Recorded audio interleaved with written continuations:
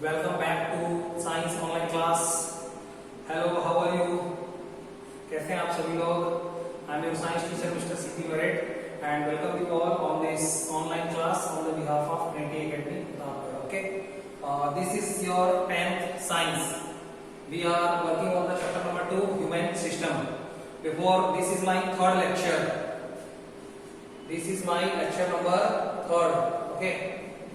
And before this we have finished 2 lectures and we have seen so many things. Right now we are working on the digestion, especially we are working on the digestion and what are the associative glands, what are the associative organs. We are going to read about this one by one. We have seen so many things like stomach, we have talked about the stomach, we have talked about the esophagus, we have talked about pharynx.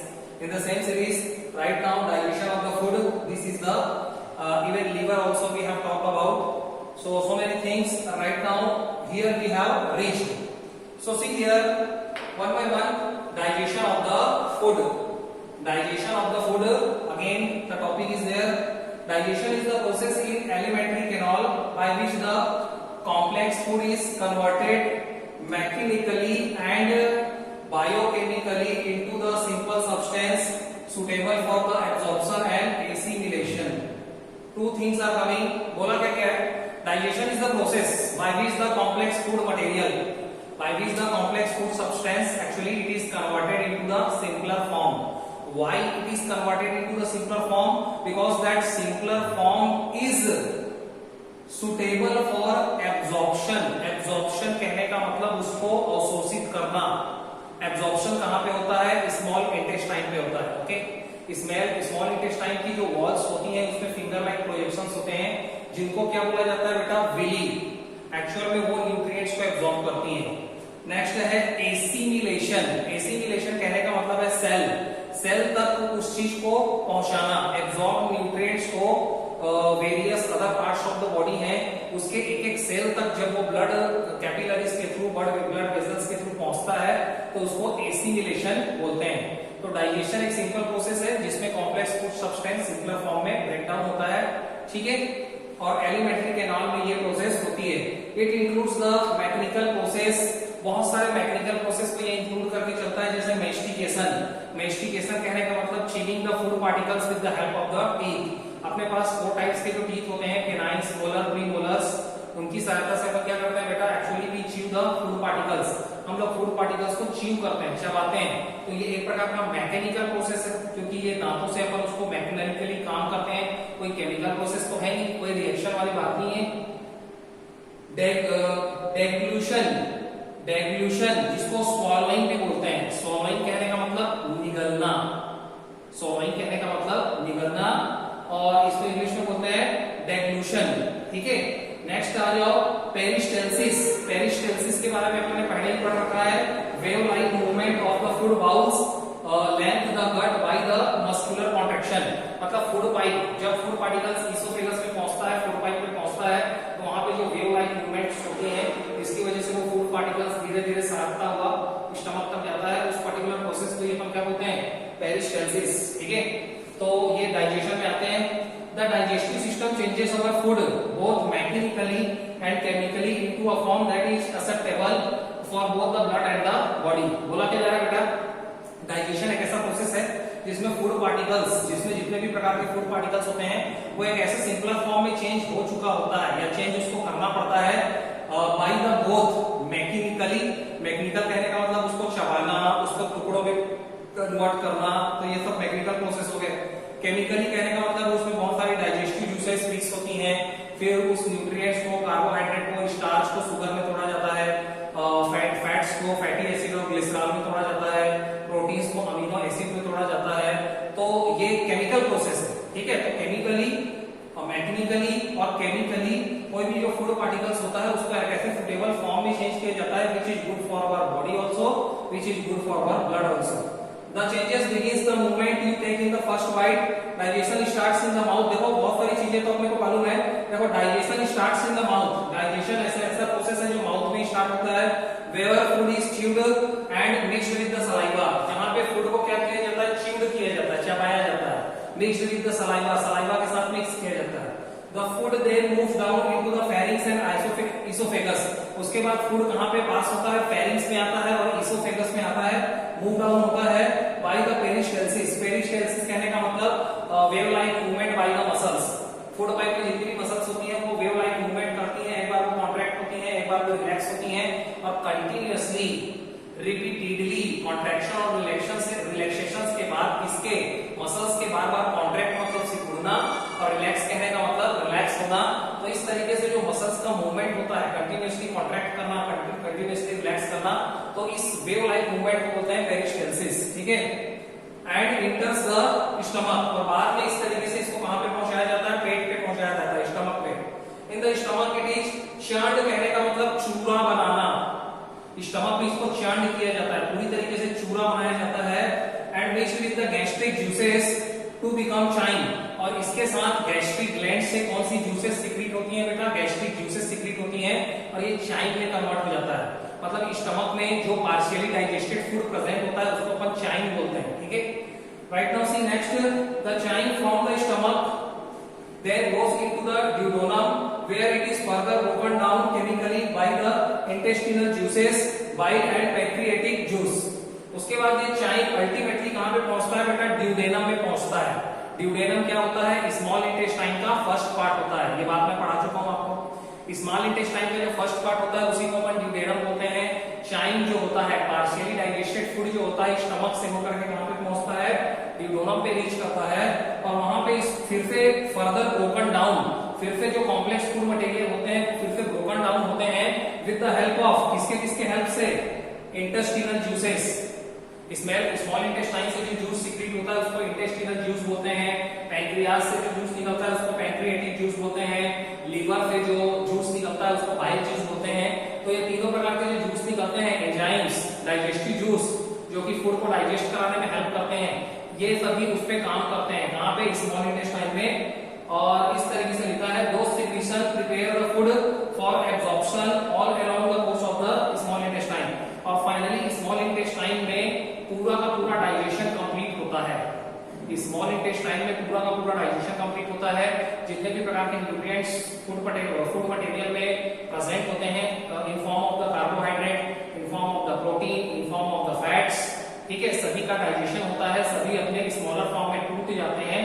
जैसे carbohydrate starch जो होता है वो sugar, simple sugar में टूट जाता है, proteins amino acid में टूट जाते हैं, फैट्स जो होते हैं वो फैटी एसिड और ग्लिसरॉल में टूट जाते हैं। तो ये सिंपलर फॉर्म में टूटने के बाद ही उसका एब्जॉर्प्शन हो पाता है, किसके द्वारा? विलीज के द्वारा और ब्लड वेसल्स के द्वारा। ठीक है, products that are not absorbed, इस पार्ट को ध्यान से समझिए, pass on through the entire length of the small intestine to duodenum, jejunum and ileum. From there they enter into the caesium of the large intestine, then to the ascending colon, descending colon and sigmoid colon into the rectum and out from the anus। इसके बाद क्या होता है भैया? Small intestine में जो unabsorbed food होता है, जो यूजलेस फूड होता है, वेस्ट मटेरियल्स जो होते हैं जो अपनी बॉडी एब्सॉर्ब नहीं करती है और जो वेस्ट प्रोडक्ट के रूप में बाहर निकलने वाले होते हैं, तो वो फाइनली कहां पे इंटर करते हैं? वो ड्यूडेनम के बाद जो नेक्स्ट टू पार्ट्स होते हैं जेजुनम और इलियम, वहां पे जाते हैं। उसके बाद लार्ज इंटेस्टाइन के कैसियम में वो इंटर करते हैं। लार्ज इंटेस्टाइन के जो 3 पार्ट्स मैंने आपको पढ़ा रखे थे तो वहां पे वो इंटर होते हैं, फिर कोलोन में इंटर होते हैं और फाइनली वो रेक्टम में थोड़ी देर के लिए स्टोर रहते हैं और एनस के थ्रू वो सारे वेस्ट प्रोडक्ट्स को, सॉलिड वेस्ट प्रोडक्ट को, जिसको अपन फेसेस भी बोलते हैं, इसको पास आउट कर दिया जाता है। आगे पढ़ो बेटा, आगे अपन देखेंगे क्या है। लुक हियर, वेट,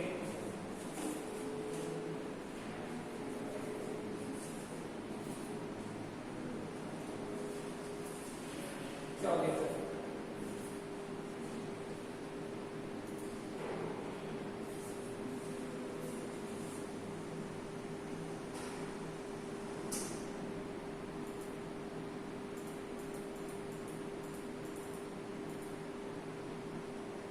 चलो आगे बढ़ते हैं बेटा, यहां तक था ना। ये कुछ कॉलम दिया गया है, इसको आप पढ़ना। कॉलम में क्या बताया गया है? Enzymes, secretion, size of the action and substrate, other things I am going to rub. Look here, what is the next, ध्यान से देखो, एंजाइम्स, सिक्रीशंस। एंजाइम कहने का मतलब कौन कौन से प्रकार के एंजाइम्स होते हैं। सिक्रीशन मतलब क्या सीक्रेट करते हैं, साइट ऑफ द एक्शन मतलब कहां पे काम करते हैं, और सबस्ट्रेट और प्रोडक्ट किस चीज को वो किस में चेंज करते हैं। ठीक है, पहला है स्लेवरी एमिलिस। ठीक है, पहला है स्लेवरी ग्लैंड। स्लेवरी ग्लैंड कौन सा एंजाइम सीक्रेट करता है, स्लेवरी एमिलिस। सिक्रीशन क्या सीक्रेट करता है, saliva. Site of the action कहां पे, माउथ पे। किसको किस में चेंज करते हैं, स्टार्च को ये किस में चेंज करते हैं, माल्टोस में चेंज करते हैं। समझ में आ गई बात, इस तरीके से है। इसी तरीके से gastric gland secret the gastric juices. तो जो गैस्ट्रिक जूस सीक्रेट होता है उसमें 3 टाइप्स के एंजाइम्स प्रेजेंट होते हैं बेटा। एक होता है पेप्सिन, एक होता है रेनिन, एक होता है गैस्ट्रिक लाइपास। सिक्रीशन क्या होता है, इन तीनों को मिला जुला रूप ही कहलाता है गैस्ट्रिक जूस। गैस्ट्रिक जूस में ये तीनों के प्रोडक्ट मिक्सर होते हैं, ये एंजाइम्स हैं जो इसमें प्रेजेंट होते हैं। इसमें गैस्ट्रिक जूस में साइट ऑफ द एक्शन होता है स्टमक। एक्चुअल में ये प्रोड्यूस कहां पे होता है, स्टमक में। वॉल्स ऑफ द स्टमक से ये प्रोड्यूस होता है। आगे देखो बेटा, किस चीज को किसमें ये ब्रेक डाउन करता है, तो प्रोटीन्स को ये पेप्टाइड्स में तोड़ता है, प्रोटीन को ये रेनिन में तोड़ता है, फैट्स को ये इन चीजों में तोड़ता है। तो ये सारी चीजें यहाँ पे लिखी हुई है, बस पढ़ना है आपको, फॉलो नहीं। ठीक है, आगे बढ़ते हैं, काम का नहीं ज्यादा, ये सब पढ़ना पड़ेगा। Small intestine secrets the intestinal juice. Shortcut में आपको इंफॉर्मेशन पता होनी चाहिए कि स्मॉल इंटेस्टाइन कौन सा जूस सीक्रेट करता है, इंटेस्टिनल जूस। कौन कौन से प्रकार के इसमें एंजाइम्स प्रेजेंट हो सकते हैं, देखो इतने सारे हैं। एंट्रोकिनेस, ठीक है, ठीक है, ये सब पढ़ते रहना आप। और स्मॉल इंटेस्टाइन हो जाएगा, इसका साइट ऑफ एक्शन कहां पे प्रोड्यूस होता है, और एक्चुअल में ये किन किन चीजों को किसमें तोड़ता है, सब लिखा हुआ है। ठीक है, there are so many things. पढ़ो आगे, टॉपिक पे आते हैं, नेक्स्ट टॉपिक पे, ह्यूमन वेट। थोड़ा ये respiration. Okay, next topic is the respiration and respiratory system. Actually in the earlier class we have talked about so many things about the respiration. We are doing that.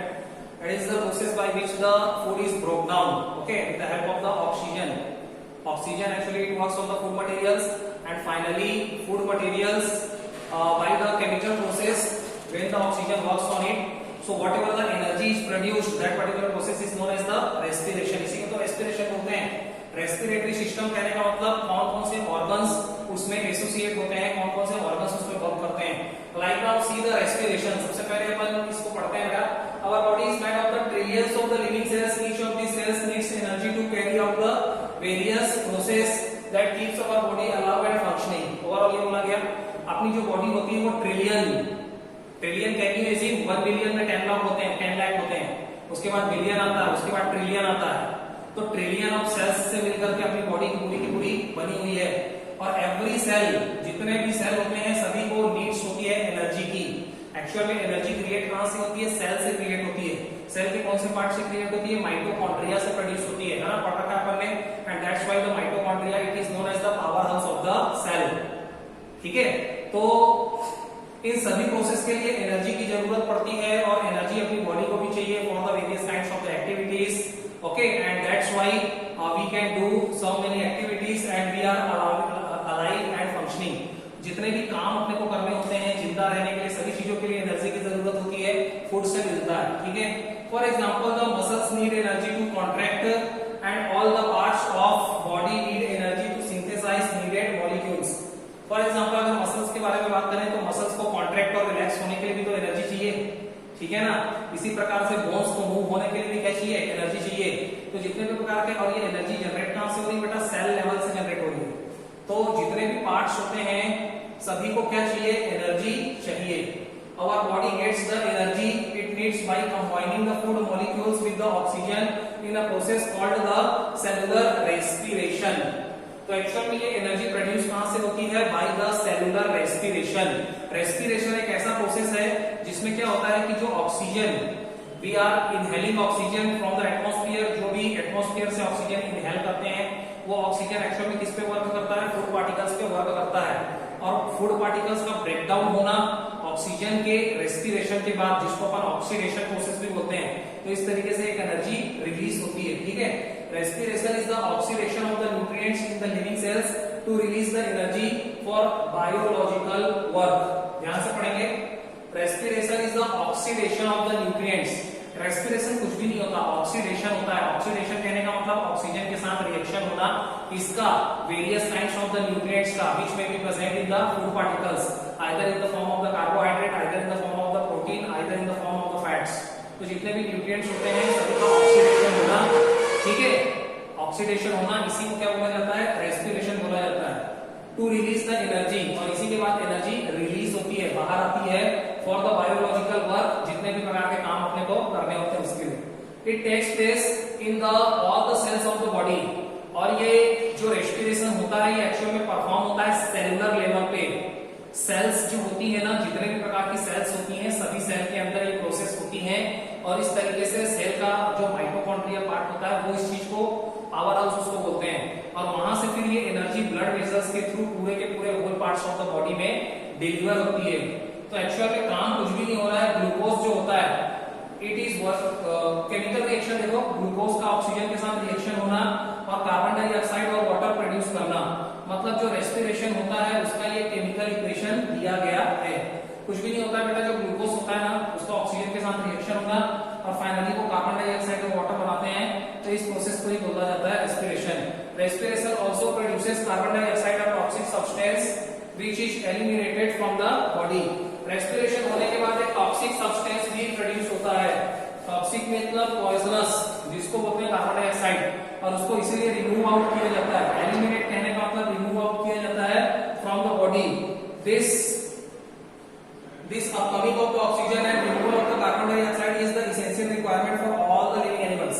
मतलब जरूरी है oxygen को अंदर लेना और carbon dioxide को बाहर निकालना, और ये सारे लिविंग बींग्स के लिए जरूरी है, और रेस्पिरेटरी सिस्टम में अपन यही काम करते हैं। ठीक है, इट गोस ऑन कंटिन्यूअस, ठीक है, all day and night. The process by which the oxygen rich air is taken inside the body of an organism and carbon dioxide rich air is expelled out from the body is called the breathing. पर हम सभी को मालूम है कि एक ऐसा process जिसमें कि ऑक्सीजन रिच एयर को अपन इनटेक करते हैं, अंदर लेते हैं, और कार्बन डाइऑक्साइड रिच एयर को एक्सहेल आउट करते हैं, बॉडी से बाहर निकालते हैं with the help of the lungs. तो इस पर्टिकुलर प्रोसेस को ही क्या बोला जाता है, ब्रीथिंग, सांस लेना। ठीक है, ब्रीथिंग के प्रोसेस में दोनों चीजें होती हैं, कार्बन डाइऑक्साइड ऑक्सीजन अंदर लिया जाता है, टेकन इन किया जाता है, कार्बन डाइऑक्साइड को रिमूव आउट किया जाता है। ठीक है, आगे देखो human respiratory system. Human respiratory system पे जाते हैं, क्या लिखा है देखो थोड़ा, ठीक है। Human respiratory system, human have a well developed respiratory system suitable for the meeting the higher requirement of the oxygen their bodies. Human के पास वेल डेवलप्ड रेस्पिरेटरी सिस्टम होता है, ह्यूमंस के पास वेल डेवलप्ड रेस्पिरेटरी सिस्टम होता है for meeting the higher requirement of the oxygen, क्योंकि जो ह्यूमन बींग्स होते हैं उनको ज्यादा मात्रा में ऑक्सीजन की जरूरत पड़ती है। For meeting the higher concentration और level of the oxygen, oxygen की ज्यादा मात्रा को मीट करने के लिए अपने पास जो सिस्टम होता है respiratory system well developed nature का होता है। Since our body can not store the oxygen, we need to breathe day and night to move air into and out the body. लेकिन अपने बॉडी में कोई भी एक ऐसा ऑर्गन नहीं होता है जो ऑक्सीजन को परमानेंटली स्टोर करके रख सके, इसलिए अपने को कंटिन्यूअसली ब्रीथिंग करने की जरूरत पड़ती है, ऑक्सीजन को बार बार अंदर लेना पड़ता है, ताकि ऑक्सीजन अंदर लेंगे तो फूड पार्टिकल्स में जो न्यूट्रिएंट्स हैं उसका रेस्पिरेशन होगा, फिर एनर्जी प्रोड्यूस होगी, फिर कार्बन डाइऑक्साइड की एयर को अपन बाहर निकालेंगे। तो लगातार रेस्पिरेशन होता रहे, लगातार एनर्जी अपने को मिलती रहे, इसके लिए continuously we have to continuously breathing का प्रोसेस बार बार होना पड़ता है, करना पड़ता है। The human respiratory system is composed of the three main sections: upper respiratory tract, lower respiratory tract and the respiratory muscles। Human के बारे में अगर बात करें तो रेस्पिरेटरी सिस्टम्स के बारे में, तो there are the three parts, it is divided into the three parts. पहला होता है अपर रेस्पिरेटरी सिस्टम, जिसको अपर रेस्पिरेटरी ट्रैक्ट भी बोलते हैं। सेकंड होता है लोअर रेस्पिरेटरी ट्रैक्ट, और एक थर्ड भी होता है रेस्पिरेटरी मसल्स। यहाँ पे upper respiratory tract and lower respiratory tract में कौन कौन से ऑर्गन्स इंक्लूड होते हैं, शामिल होते हैं, उसके बारे में बात की गई है। अपर रेस्पिरेटरी ट्रैक्ट मतलब ऊपर का, तो ऊपर वाले पार्ट में अपन देखेंगे नेजल कैविटी मतलब नोज, फेरिंग्स हो गया, ग्लोटिस हो गया, एपिग्लोटिस हो गया, लैरिंक्स हो गया और ट्रैकिया हो गया। लोअर रेस्पिरेटरी ट्रैक्ट के बारे में देखो, ब्रोंची हो गया, ये लंग्स पे आ गया, ठीक है। ब्रोंची मेन जो सेक्शन होता है वो दो पार्ट्स में डिवाइड होता है, तो उसको ब्रोंकाइस बोलते हैं। फिर लंग्स के अंदर अल्वेली होता है, ठीक है, जो एयर सैक होता है, ठीक है, और फिर डायफ्राम। तो ये सारी चीजों के बारे में अपन रीड करने वाले हैं वन बाय वन।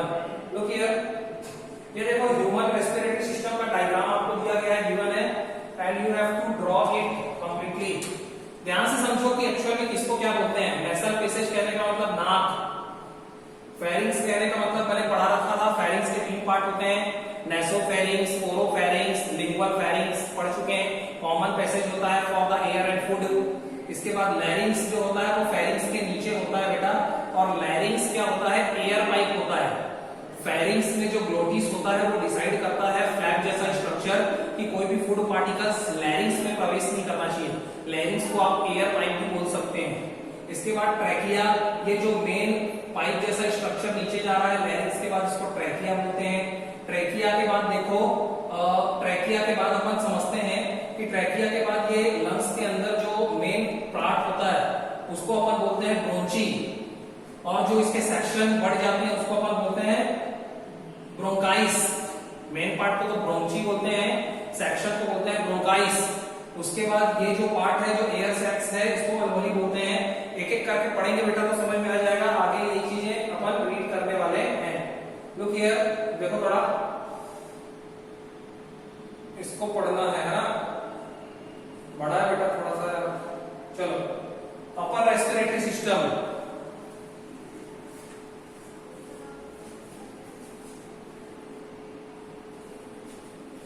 ठीक है। अपर रेस्पिरेटरी सिस्टम देखो, वीडियो थोड़ा बड़ा तो नहीं हुआ है ना, ठीक है, अपन पढ़ लेना। Actually chapter is little lengthy, chapter थोड़ा लेंथी भी है, बहुत सारी चीजें हैं, बहुत सारी चीजों के बारे में बात करनी होती है, हर चीजें लर्न नहीं की जा सकती, इसलिए प्रोजेक्टर की हेल्प ली जाती है। Otherwise no problem. आप घर में बुक पढ़िए, ज्यादा से ज्यादा आपको नॉलेज बढ़ेगा, वीडियो ज्यादा से ज्यादा आपको वॉच करना है, ठीक है, कोई बात नहीं। अपने को कॉमन इंफॉर्मेशन तक जाना है, बहुत ज्यादा डेप्थ तक नहीं जाना है क्योंकि क्वेश्चन ऊपर से पूछे जाएंगे। अपर रेस्पिरेटरी सिस्टम में देखो बेटा, the main parts of the upper respiratory system are, upper respiratory system के जो मेन पार्ट्स होते हैं उसके नाम आपको याद रखने हैं। पहला है नोज, दूसरा माउथ, तीसरा फेरिंग्स, चौथा है लैरिंग्स। चारों के बारे में इंफॉर्मेशन आएगी। पहला है nose, nostril are the pair of slits. नाक क्या होता है, पेयर ऑफ स्लिट कहने का मतलब छेद, है ना, वहां जहां से अपन सांस लेते हैं तो पेयर ऑफ ये स्लिट्स होता है। Opens into the left and right nasal chamber, तो जो छेद होते हैं, होल होते हैं नाक के, वो दो पार्ट्स में डिवाइड होते हैं। एक तो होता है लेफ्ट नेसल चैम्बर, राइट वाले में जो सिचुएट होता है उसको राइट नेसल चैम्बर भी बोलते हैं। When we take in air through our nostril and when we breathe in, air passes through our nostril into the nasal cavity. मतलब ये होता है कि व्हेन वी ब्रीथ इन, जब हम लोग सांस लेते हैं तो एयर कहां इंटर होता है बेटा, वो अपने नेसल चैम्बर से इंटर होता है, ठीक है, और नेसल कैविटी में पहुंचता है। Nasal cavity possess a borders of hair that traps the dust particle and jumps in the air and filters them. आपने देखा होगा, ऑब्जर्व किया होगा कि जो नेसल चैम्बर्स होते हैं, I am talking about the both chambers, either it is left either it is right, दोनों नेसल चैम्बर्स के बारे में बात करें तो उसमें एक्चुअली क्या पाया जाता है, हेयर्स, बॉर्डर ऑफ हेयर्स, बहुत बारीक बारीक से बाल पाए जाते हैं। उसका फंक्शंस क्या होता है, they trap the foreign and dust particles which are entering with the air. Air के साथ जो भी फॉरेन पार्टिकल्स या डस्ट पार्टिकल हवा के रास्ते हमारे नाक से प्रवेश करने वाले होते हैं, इंटर करने वाले होते हैं, उसको वहीं पे ट्रैप कर दिया जाता है, उसको वहीं पे प्रिवेंट कर दिया जाता है, स्टॉप कर दिया जाता है, ताकि केवल प्योर एयर ही अपने लंग्स तक पहुंचे। ये फंक्शन होता है उसका। Also the supplied with the blood vessels that form the incoming air, the sticky mucus lining the nasal chamber moistens the air and filters the dust particle। दो बातें और समझ में आती हैं कि वहां पे बहुत सारे ब्लड वेसल्स होते हैं। ब्लड वेसल्स क्या करती हैं, जो एयर अपन अंदर लेते हैं उसको गर्म कर देती है, वार्म कर देती हैं, ताकि जितने भी प्रकार के जर्म्स और बैक्टीरिया हो वो वहीं पे खत्म हो जाएं। दूसरी बात क्या होती है कि उसमें म्यूकस प्रेजेंट होता है। म्यूकस मतलब चिपचिपा पदार्थ प्रेजेंट होता है और वो म्यूकस क्या करता है, डस्ट पार्टिकल को वहीं पे मॉइस्चर प्रोवाइड करता है और वहीं पे हेयर्स के थ्रू उसको रोक दिया जाता है। तो ये सारी बातें हो गई। बी है माउथ। माउथ के बारे में पढ़ते हैं आप। Look here, mouth. It is considered as the second place through which we can take in air. Mouth एक ऐसा प्लेस है, सेकंड प्लेस है जहां से एयर को अंदर लिया जा सकता है। ठीक है। Respiration is more advantageous compare to the mouth respiration. ठीक है। नेसल रेस्पिरेशन, नेसल रेस्पिरेशन कहने का मतलब नाक से सांस लेना, as compare to the mouth respiration कहने का मतलब है माउथ से सांस लेना। तो नेसल रेस्पिरेशन को ज्यादा एडवांटेजियस होता है क्योंकि उसमें जितने भी फॉरेन पार्टिकल्स होते हैं, डस्ट पार्टिकल होते हैं, वो वहीं पे प्रिवेंट कर दिए जाते हैं, स्टॉप कर दिए जाते हैं। But if you are taking the air from the mouth, अगर आप माउथ से एयर अंदर लोगे तो there is no any hair activity, वहां पे जितने भी डस्ट पार्टिकल होंगे वो भी आपके बॉडी के अंदर रीच कर जाएंगे। ठीक है। आगे देखिए, ये सारी बातें की गई हैं। It is because nasal cavity helps in the filtration, moisturising, warming and sterilising of the inhaled air. क्योंकि नेसल रेस्पिरेशन में 3-4 चीजें एक्स्ट्रा में आ जाती हैं। क्या क्या एक्स्ट्रा में आ जाता है? एक तो आ जाता है फिल्ट्रेशन, मतलब वो फिल्ट्रेट करके देता है एयर को। सेकंड आ जाता है मॉइस्चरिंग, कहने का मतलब वो मॉइस्चर प्रोवाइड कराता है। थर्ड वार्मिंग, कहने का मतलब इनहेलिंग एयर को वो गर्म कर देता है। एंड स्टरलाइजिंग कहने का मतलब शुद्ध करना, है ना, sterilizing the inhaled air, hence it ensures that only the clean air enters our body through the nostril. इससे इस बात की गारंटी तो अपने को पता चलती है कि अगर हम लोग नाक से सांस लेते हैं तो we are actually inhaling the pure air, हम लोग केवल प्योर एयर को ही बॉडी के अंदर ले रहे हैं। फेरिंग्स के बारे में पढ़ते हैं बेटा। It is commonly called the throat. Pharynx को आप थ्रोट भी समझ सकते हो, कॉमन लैंग्वेज में थ्रोट मतलब गला। ठीक है। Pharynx is the common passage at the back side of the mouth for air and food. पहले भी पढ़ चुके हैं। फेरिंग्स एक कॉमन पैसेज होता है एयर और फूड के लिए and it is situated at the back side of the mouth. Mouth के पिछले हिस्से में ये सिचुएट होता है और एयर और फूड पार्टिकल्स का एक कॉमन पैसेज होता है। It connects the mouth with the wind pipe, और ये माउथ को विंड पाइप कहने का मतलब जहां से हवा केवल अंदर जाती है, जिसको लैरिंग्स भी बोलते हैं, उससे कनेक्ट करता है। फेरिंग्स माउथ को विंड पाइप से कनेक्ट करता है। It is divided into the 3 parts. अब फिर से फेरिंग्स 3 पार्ट में डिवाइड होता है। ये सारी बातें हम पहले भी पढ़ चुके थे। Again it is coming, no problem. First होता है नेसोफेरिंग्स, जो कि नेसल पार्ट होता है फेरिंग्स का। सेकंड होता है ओरोफेरिंग्स, जो कि ओरल पार्ट होता है। थर्ड होता है लैरिंगोफेरिंग्स, जो कि लिंगरल पार्ट होता है फेरिंग्स का। आगे पढ़ो। When the food materials When the food materials pass through the pharynx, the epiglottis process the glottis. जब ये pharynx में पास होता है फूड मटेरियल तो epiglottis जो होता है वो glottis को क्लोज कर देता है, ओपनिंग ऑफ द larynx को। epiglottis glottis को क्लोज कर देता है, मतलब larynx के लिए जो ओपन वाली पाइप होती है उसको क्लोज कर देता है, ताकि क्या हो, वहां पे कोई भी food particles to prevent the entry of food into the trachea. समझ में ये बात आती है अपने को कि pharynx के पास एपिग्लोटिस होता है, वो ग्लोटिस को क्लोज करता है। ग्लोटिस को क्लोज करने के पीछे ये पर्पस होता है कि जो फूड पार्टिकल्स होते हैं वो एयर पाइप में इंटर ना करें, ट्रैकिया में इंटर ना करें। लैरिंग्स के बारे में पढ़ते हैं बेटा। At the top of the trachea, ये ट्रैकिया का ऊपरी भाग होता है। At the top of the trachea is the larynx. Trachea का जो ऊपरी भाग होता है उसी को अपन लैरिंग्स बोलते हैं। Which contains a flap like tissue called the vocal cords, और इसके पास एक फ्लैप जैसा टिश्यू होता है जिसको वोकल कॉर्ड्स बोला जाता है। वोकल कॉर्ड्स के बारे में आपको अच्छे से पता है, यहीं से तो आवाज प्रोड्यूस होती है। समझ में आई बात, है ना। Vocal cords open and close to make the sound. Vocal cords ही जब बंद होते हैं और ओपन होते हैं और क्लोज होते हैं तो साउंड प्रोड्यूस होता है। समझ में आ गई बात, ठीक है। वोकल कॉर्ड्स के द्वारा ही साउंड का प्रोडक्शन होता है, आवाज बाहर आती है। When you exhale air from the lungs, जब हम लोग लंग्स से एयर को बाहर एक्सहेल करते हैं, it comes through the trachea, तो ये ट्रैकिया से होते हुए बाहर आता है, लैरिंग्स से होते हुए बाहर आता है और अल्टीमेटली कहां पे पहुंचता है, वोकल कॉर्ड्स में पहुंचता है। If the vocal cords are closed and the air flows between them, the vocal cords vibrate and sound is made.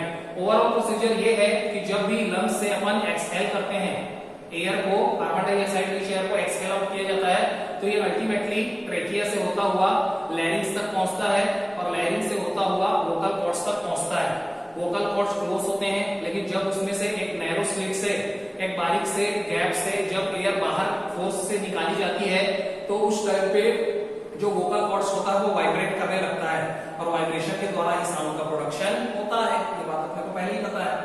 देखो बेटा लोअर रेस्पिरेटरी सिस्टम के बारे में थोड़ा सा पढ़ लें अपन फटाफट। वीडियो ऐसे थोड़ा बड़ा हो गया है, देखते हैं क्या है। ठीक है, लोअर रेस्पिरेटरी सिस्टम, फिर यहां पे फिनिश करेंगे इसको। लोअर रेस्पिरेटरी सिस्टम देखो, it comprises the trachea, bronchi, bronchioles, lungs, ये सारी चीजें हैं। It comprises the trachea, bronchi, bronchioles and lungs. Let me see, video थोड़ा सा लेंथी हो रहा है, नेक्स्ट पार्ट में इसको कंटिन्यू करेंगे बेटा और थोड़ा सा शॉर्टकट में पढ़ेंगे, है ना। Till then thank you so much, okay.